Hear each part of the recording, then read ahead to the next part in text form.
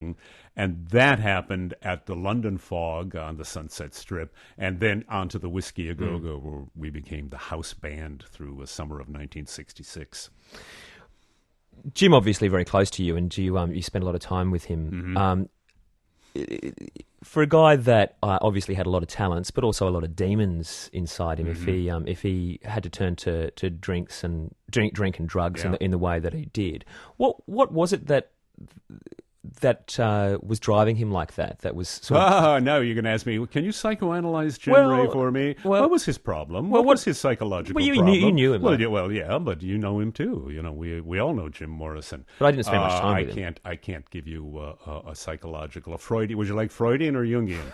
I'll take Freudian, whatever. right, At this whatever, stage, right? Ray, I'll take whatever I was can it get. something with his mother? Yeah, he wanted to shtup his mother, as we say. Kill his father and shtup his mother. And that was his basic problem. I have no idea. You know, it's a very complex psychology. Why does anyone start to drink? You know, but when you say use drugs, what do you mean by drugs? Well, it was using lysergic acid diethylamide 25. Yeah, LSD. right. LSD is not a drug. It opens the doors of perception. It's a chemical substance that opens the doors of perception. Well, drugs right, are come on. aspirins and drugs. Well, I mean, you can call it a drug or you can call it a Holy Communion. You know, hippies from that era said, well, this is a sacrament, man. This is open. It's like mushrooms. Are mushrooms, Amanita muscaria, is that a drug? Is that grows on the planet, and you can take that substance, and people have been doing it for thousands of years to open the doors of perception. And exactly what LSD. LSD was like a 20th century invention to hurry along the evolution of the race, man, so that we wouldn't be in these wars that we're in like right now. You know, the fact that we're fighting in Iraq and we've got Christianity and Islam going at each other with Judaism stuck in the middle is it's totally absurd, especially to a guy like me. If you told me in 68, 69, 21st century, we're going to be fighting Islam in Iraq, I said, well, no, we did that. That's Vietnam. Now we're doing Vietnam all over again. So LSD opens the doors of perception. Mushrooms do the same thing. Marijuana is a mildly intoxicant herb. Drugs are like heroin and cocaine and crystal meth and all that kind of stuff, those white powders. Yuck. Stay off of that stuff, folks. Don't have anything to do with that. But what caused Jim Morrison to drink? That's a tough one. Genetically, it's in the family. There was alcoholics in the family, but there were also liberals in the family. I know Jim's on his mother's side. His uncle was a civil liberties lawyer, defender of liberal communist causes in the 30s in America.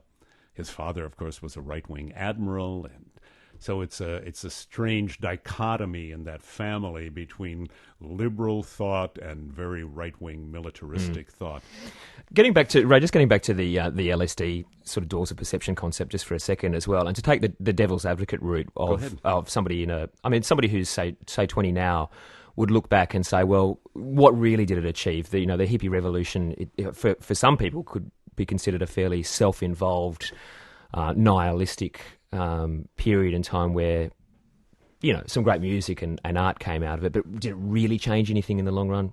Well, sure. I mean, here we are today. It's a whole different thing. I mean, it's said to the youth of today, there can be a different way of doing things. And that different way of doing things is we can save the planet. Something called ecology. Word didn't exist in the 50s. Ecology, cosmic consciousness, all these things are possible. But it requires a great act of courage. You can leap into the future, into the new age that is coming, or you can stay buried in a fight between the three religions of the book, which we're involved in now. Take those three religions of the book, put those books up on the shelf, follow the dictates of your heart. That's what it's all about. You have to have the courage to follow the dictates of your heart. Like the physicians say, first do no harm. And then if you want to be a good Christian, you have to love thy neighbor as thyself. And that sure as heck is not going on in America. We got people who are proclaiming that they are great Christians, but they're just hoping for the apocalypse, the end of the world, so they can rapture. You got to find out about that, folks. Find out about the rapture. Is it possible? No, it's impossible. It's an insane thought. What was the last meeting that you did have with Jim? Well, just before he left, about 2-3 days before he left for Paris, we were in the recording studio, and probably just before mixing Riders on the Storm. And he said, everything's going along great here. And I said, yeah, it sure is, man. L.A. Woman, a great sounding album. We played great, and we were into the process of mixing. And he said, listen, why don't you guys just go ahead and finish up? And we said, what do you mean finish up? You're not, what are you up to? He said, well, I'm going to Paris. Pam's already over there. She's found a little apartment for us, and I'm going to go to Paris, and I just got to get away for a while. And he said, you finish up the album. So, well, we only had like two more songs to mix, and everything sounded great. He said, just do what you're doing, and it'll all be fine. Did you have any sense at that stage that that was going to be the last time you saw him? No, just the opposite. You know, that's the hell of it, man. I thought, this is great. He's going to Paris. This is exactly what he should do.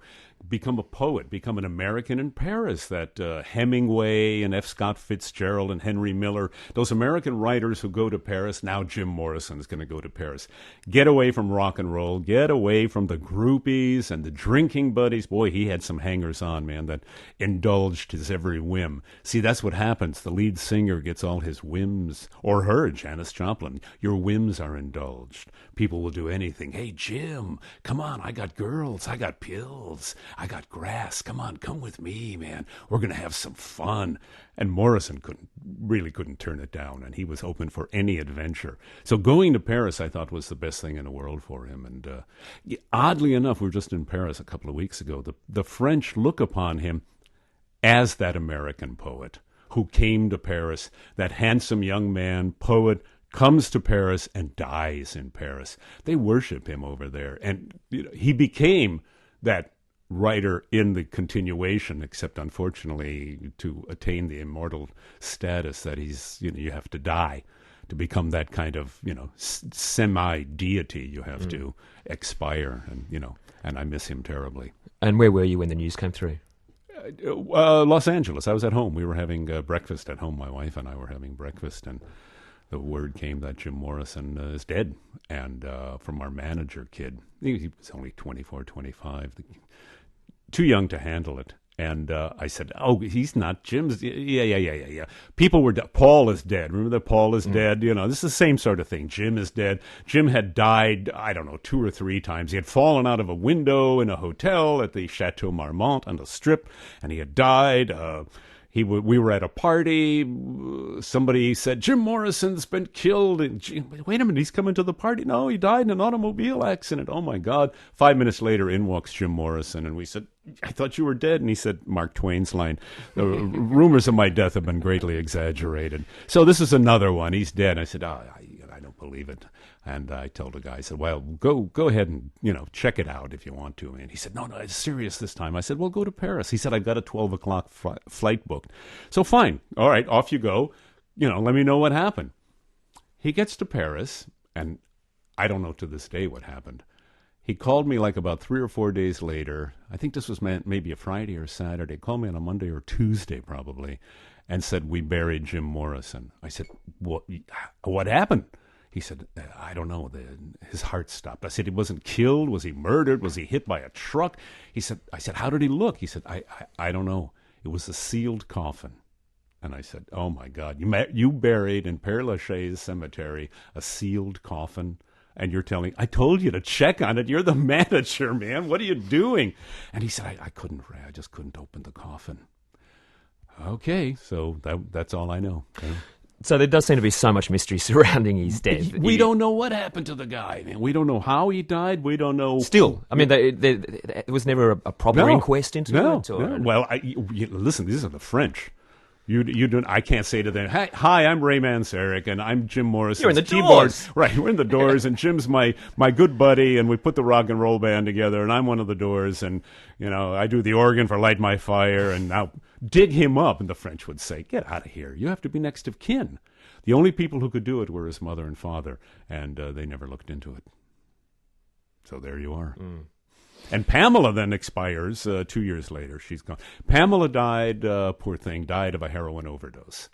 So people think, well, Jim probably died of a heroin overdose too, but we don't know, Alcohol, I have no idea. I just can't answer it. I know you've written a book on, a fictional account of what would have happened to him if he had have lived. What if he didn't? What if he didn't? The Poet in Exile is what if Jim Morrison had staged his own death, and how would he do it? With the sealed coffin and all that business. Yeah. But in your heart of hearts, you're quite sure he's dead. Yes. Well, I haven't heard from him in 30 years, you know. So I can't imagine that Jim Morrison would not call and say, Ray, meet me in the Seychelles. We got to play some gigs, man. Because Jim was a singer. He loved being on stage. That was his proper milieu, to be on stage and to sing. You know, drinking was probably number two, but he would want to be playing. He had quite a bit of a run-in with the authorities from time to time, which is putting it mildly. What was it that they were so... can you just take us back to that, the sense of that period, and what was it that was so confronting about him? Well, it was him and everybody else. A whole generation of people were marching in the streets trying to stop the war.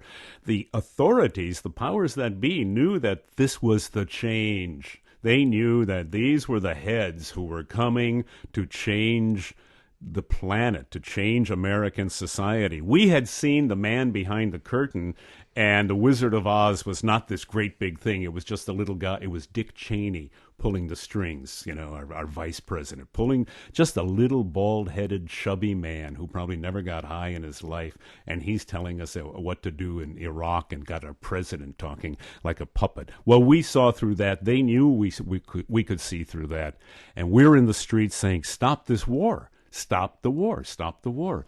Morrison represented, like Joplin and Jimi Hendrix, he represented that figurehead of rock and roll. John Lennon was the same thing when he came to the States, and they were deathly afraid that they were going to overthrow the government.